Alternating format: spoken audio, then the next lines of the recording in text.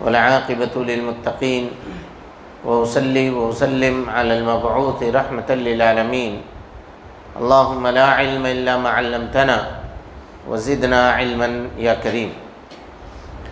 حاضرین گرامی، دوستو، بزرگوں اور ساتھیوں، قرآن مجید سورۃ الجاثیہ کی آیتوں کی تفسیر آپ کے سامنے چل رہی ہے۔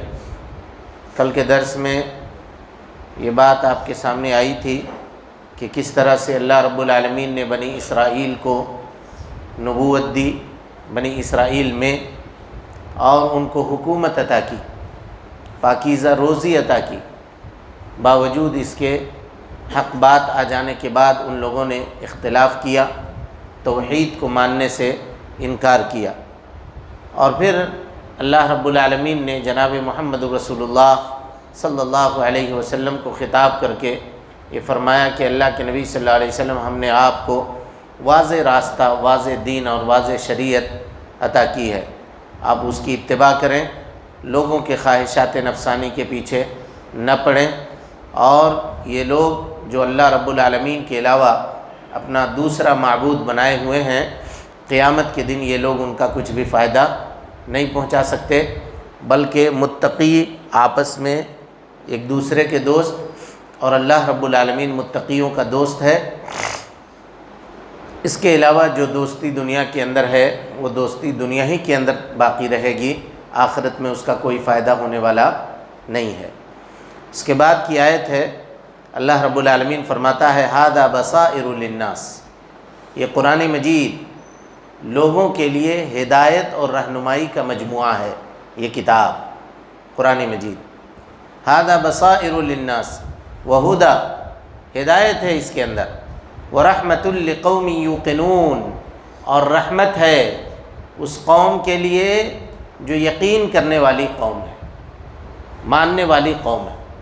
یعنی پتہ یہ چلا کہ قرآن مجید کو پڑھنا ہے، اس کو سمجھنا ہے، اور اس کے باتوں کے اوپر عمل کرنا ہے، اور اس کے بتائے گئے حکموں کے اوپر یقین رکھنا ہے۔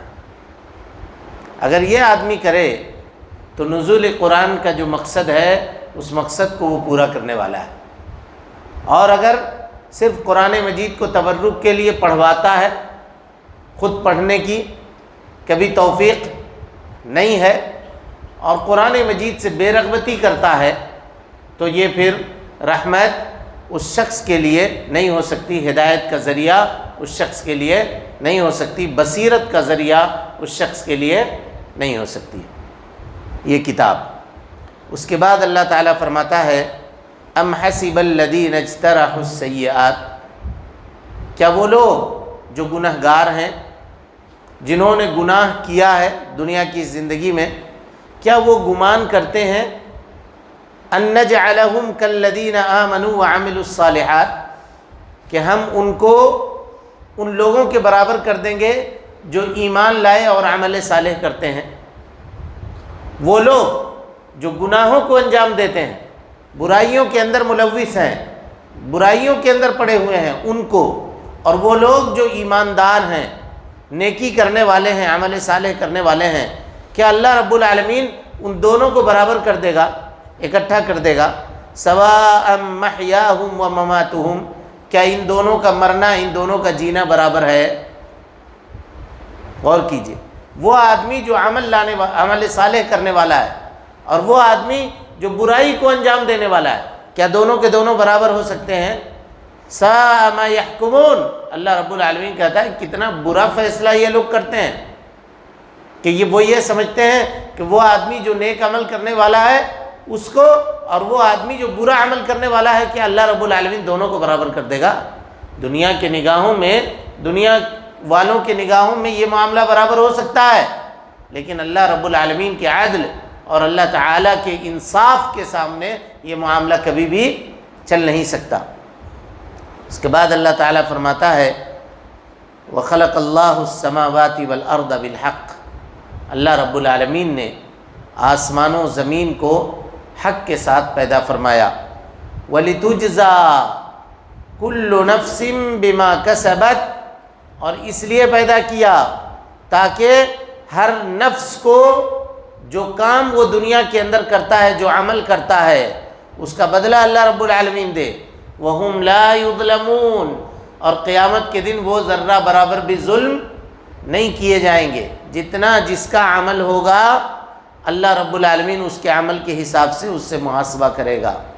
اس کے بعد فرمایا أَفَرَأَيْتَ مَنِ اتَّخَذَ إِلَٰهَهُ هَوَاهُ، اے اللہ کے نبی صلی اللہ علیہ وسلم اس شخص کے بارے میں آپ کا کیا خیال ہے جس نے اپنے خواہشات نفسانی کو اپنا رب بنا لیا؟ خواہشات نفسانی کو اپنا رب بنا لیا، کیا مطلب ہوا خواہشات نفسانی کو رب بنانے کا؟ اللہ رب العالمین کا حکم کچھ اور ہے اور اپنا نفس کچھ اور کہتا ہے۔ ہم نے رب العالمین کے حکم کو ترک کر کے بات کس کی مانی؟ اپنے نفسانی خواہشات کی بات مانی، اپنے دل کی بات سنی۔ یہی کیا ہے؟ نفسانی خواہشات کو رب بنانا ہے۔ اس کی ایک مثال لیجیے کہ فجر کی اذان ہوتی ہے، اللہ رب العالمین کا حکم یہ ہے کہ آؤ اب مسجد کی طرف، اٹھو بستر سے، آؤ اللہ رب العالمین کی عبادت کی طرف، لیکن انسان کا جی یہ کہتا ہے، اس کا دل یہ کہتا ہے کہ نہیں ابھی سو۔ کہاں جاؤ گے اس نرم نازک بستر کو، گرم بستر کو چھوڑ کر کے؟ ٹھنڈا پانی سے وضو کرو گے، مسجد جاؤ گے، آدھا ایک گھنٹہ نیند خراب ہوگا، ڈسٹرب ہوگا، پھر نیند آئے گی نہیں آئے گی، سوئے رہو، کنٹینیو کرو۔ اب اس نے اللہ کی بات مانی یا اپنے نفس کی بات مانی؟ ہاں، کس کی بات مانی؟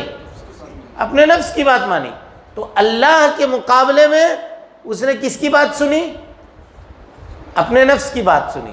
تو اس کے نزدیک اس کے نفس یا رب العالمین میں اگر موازنہ کرنے کا اس کو موقع ملا تو اس نے بڑا کس کو سمجھا؟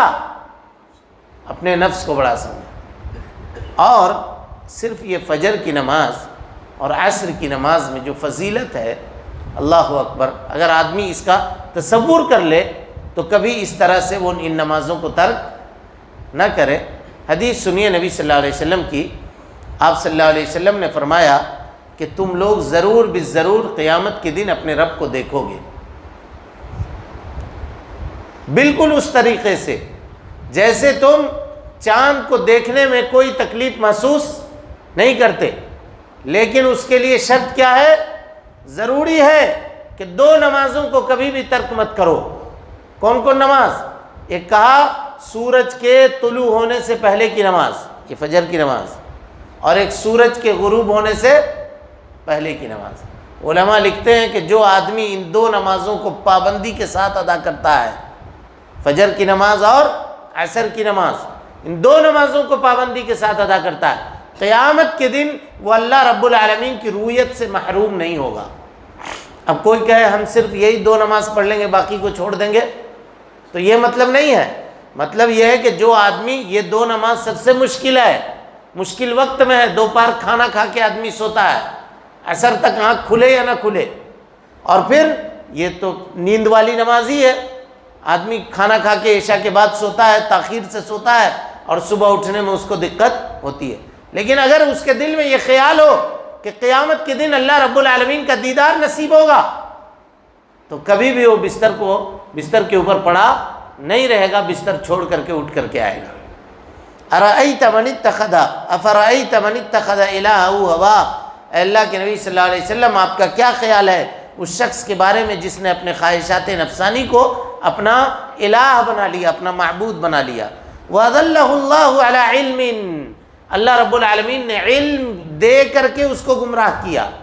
کیا یہ فضیلت کی باتیں لوگ نہیں جانتے ہیں؟ کیا انہیں پتہ نہیں ہے؟ سب پتہ ہے، علم کے باوجود رب العالمین کی نافرمانی ہے۔ وَخَتَمَ عَلَىٰ سَمْعِهِ وَقَلْبِهِ، اللہ رب العالمین نے اس کے کان میں، اس کے دل میں مہر لگا دی ہے۔ وَجَعَلَ عَلَىٰ بَصَرِهِ غِشَاوَةً، اور اللہ تعالیٰ نے ان کے آنکھوں کے سامنے پردہ ڈال دیا ہے۔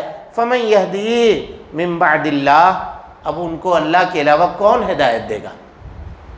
جب اللہ نے ہی اس کے کانوں کو بند کر دیا ہے، دل میں پردہ لگا دیا، آنکھوں میں پردہ لگا دیا، تو پھر ہدایت دینے والا کون ہے؟